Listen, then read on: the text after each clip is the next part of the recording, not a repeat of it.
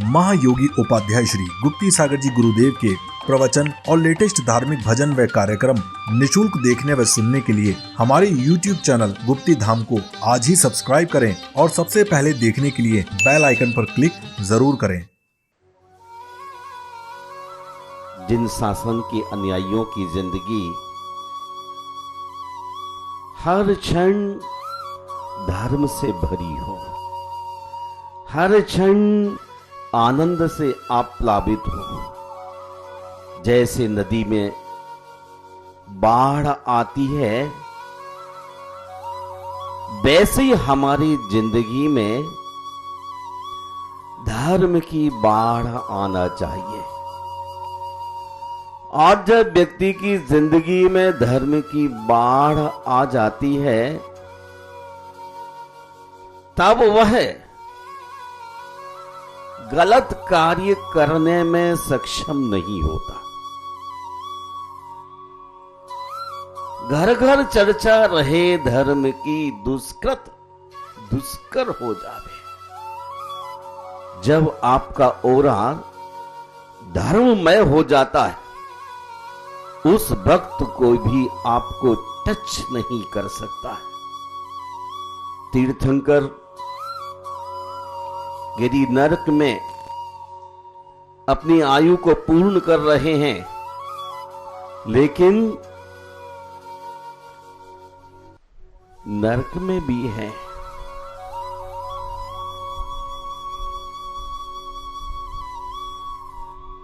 तो उनका चारों ओर से अभाव मंडल इतना स्ट्रांग हो जाता है कि दूसरा कोई व्यक्ति नरकी उनको छू नहीं सकता है। मैं आज आपसे बताना चाहता हूं, घर घर में धर्म की चर्चा तभी हो सकती है जब हमारा संतों की समाज में जाने का उपक्रम जारी होता है। क्लब में जाने वाले व्यक्ति के जीवन में धर्म के संस्कार मुनासिब नहीं होते, लेकिन जो मंदिर आने वाले व्यक्ति हैं, संतों के समागम में उपस्थित रहने वाले, जिनके दिल दिमाग में अरहंत के प्रति भक्ति का भाव है, वह व्यक्ति निरंतर ऐसी राह पर चलता है जिस राह पर चल करके बुराइयां उससे बहुत दूर हो जाती हैं। मैं आपसे आचार्य कुंद कुंद भगवान की बात बीच में कहना चाहता हूं। उन्होंने कहा है कि जब व्यक्ति का मन शांत होता है, निरब्र होता है, जैसे पूर्व वक्ता अभी कह रहे थे, उबलते हुए पानी में अपना चेहरा दिखलाई नहीं देता, उसी प्रकार जब व्यक्ति का मन मलिन हो तो शांति का अनुभव नहीं होता है। मोह का आवरण जब आंखों पर होता है तब आदमी अच्छे बुरे का भेद खत्म कर देता है। केवल वह देखता है कि मुझे फायदा किस चीज में, और अपने क्षणिक फायदे के लिए वह अपने दीर्घ आनंद के लिए, पुण्य के लिए विशेष अवसरों को चूक जाता है। मेरा आपसे अनुरोध है, छोटे छोटे फायदों के लिए बड़े बड़े फायदों को अपने से दूर नहीं करना चाहिए। जब मनुष्य अपने स्वार्थ को छोड़ देता है तो उसके लिए बड़े बड़े लाभ मिलने लग जाते हैं। हमें शांत रहने की आदत डालना है। जब हम दूसरों से प्रभावित हो जाते हैं तो अपने अस्तित्व के लिए छीन कर लेते हैं। हम केवल प्रभु से प्रभावित हों, हमारी प्रभावना में केवल प्रभु ही निमित्त बने। जब हम मोह से ग्रसित होते और हमारी इच्छाएं अधूरी होती हैं, पूर्ण नहीं होती हैं, तो मन परेशान होने लग जाता है। और ये मन की परेशानी का कारण केवल एक ही है कि हमारी इच्छाएं पूर्ण नहीं हुई।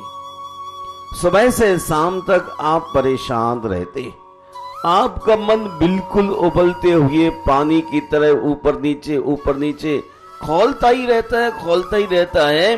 किसी पल भी आप बैठ करके शांति की श्वास एक भी नहीं ले पा रहे। यदि भोजन करते हैं तो उस वक्त भी आपका मन शांत नहीं, ड्राइव कर रहे हैं तब भी आपका मन शांत नहीं, परिवार के लोगों के साथ वार्ता करते हैं तब भी आपके अंदर उछल कूद चलती ही रहती है। मित्रों के साथ होते हैं तो भी आप ऐसी भाषा का इस्तेमाल करते हैं जिससे आपके मन को शांति नहीं होती।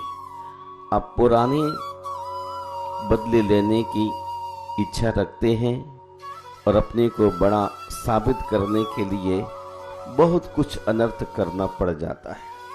लेकिन जहां धर्म की चर्चा होती है उस घर में किसी बात की परेशानी नहीं होती है।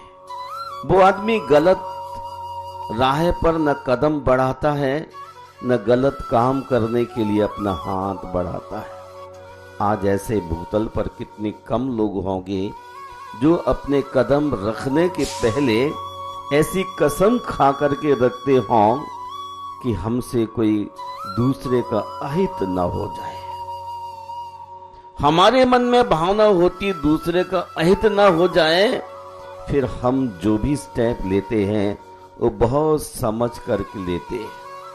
तब हम क्षुभित नहीं भगवान से प्रभावित होते हैं। अपने सहधर्मियों के साथ एक अच्छा सलूक करने के लिए अग्रसर होते। जब माँ बेटे के साथ व्यवहार करती है या बेटा माँ के साथ खेलता है तो उसके खेलने के तौर तरीके बड़े विचित्र होते हैं।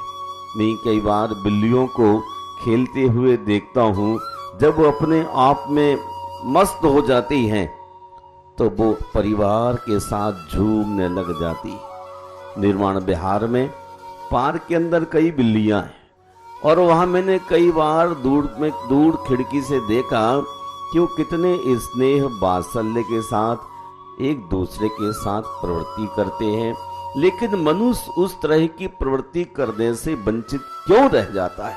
इसलिए क्योंकि उसके मन में अपने परिवार के लोगों के साथ, बंधुओं के साथ और भी जनों के साथ वात्सल्य का अभाव हो गया है। और जब वात्सल्य का अभाव हो जाता है तब वह सोचता है कि नहीं, जो मैं कह रहा हूं वही ठीक और पर्याप्त है। और जब वह पूरा नहीं हो पाता है तो फिर वह रास्ते खोलना शुरू कर देता है, पुरानी बातों को आकार देने लग जाता है, जो नहीं होती है वही भी लिखने लग जाता है गाथा इबारत। लेकिन पुण्यवान व्यक्ति कोई कितने भी इबारत लिखना लग जाए, जो सही रास्ते पर चलता रहता है, उसके लिए संसार के लोग कितनी ही इबारतें लिखें, लेकिन वह उसके लिए महत्वपूर्ण नहीं होती है।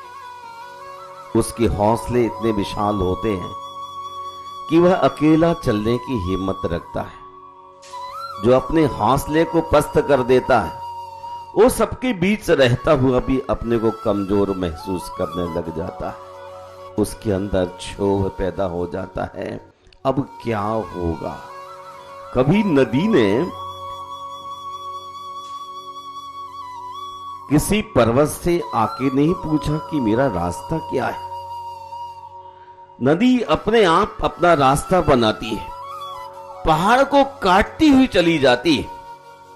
लेकिन हम पूछते हैं कि मुझे किस रास्ते पर चलना है। रास्ता बनाना तीर्थंकरों की हैसियत की बात होती है। नदी भी एक महापुरुषों की गिनती में आती है और इसलिए वह रास्ता दिखाती है। महापुरुष भी हमें रास्ता दिखाते हैं।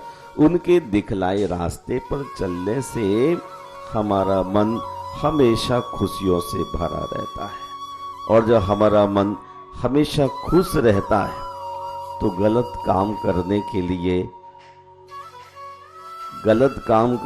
लिए आदमी बढ़ेगा क्या?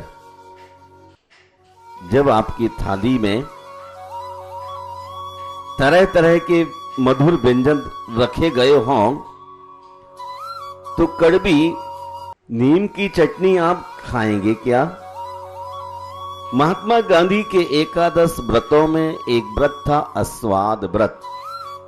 उनके यहाँ एक मित्र आया अंग्रेज और उस समय गांधी जी के साथ भोजन करने के लिए उसे बैठाया गया। गांधी जी के साथ भोजन करते हुए उसकी थाली में एक कटोरी कम आई और गांधी जी की थाली में एक कटोरी ज्यादा थी। वो अंग्रेज सोचने लग गया कि अतिथि के साथ ऐसा व्यवहार भारत में मैं पहली बार देख रहा हूं, वरना अतिथि की थाली में ज्यादा ही चीजें होती हैं। उसने पूछ लिया गांधी के लिए क्या चीज है जो आप बड़े स्वाद के साथ खा रहे हैं? गांधी ने कहा मैं अपने चंचल मन को रोकने के लिए ये साथ में एक डिश रखता हूं। इस मन ने यदि रसगुल्ले खाने का मन बनाया है, क्या रसगुल्ले पर हाथ डालिए, तो मैं उसी समय इस डिश पर हाथ डालता हूं और मुंह में चाट लेता हूं। जब आपका मन मचल पड़े गलत कार्यों के लिए, तभी हमें अपने साथ नीम रूपी डिश साथ रखना चाहिए।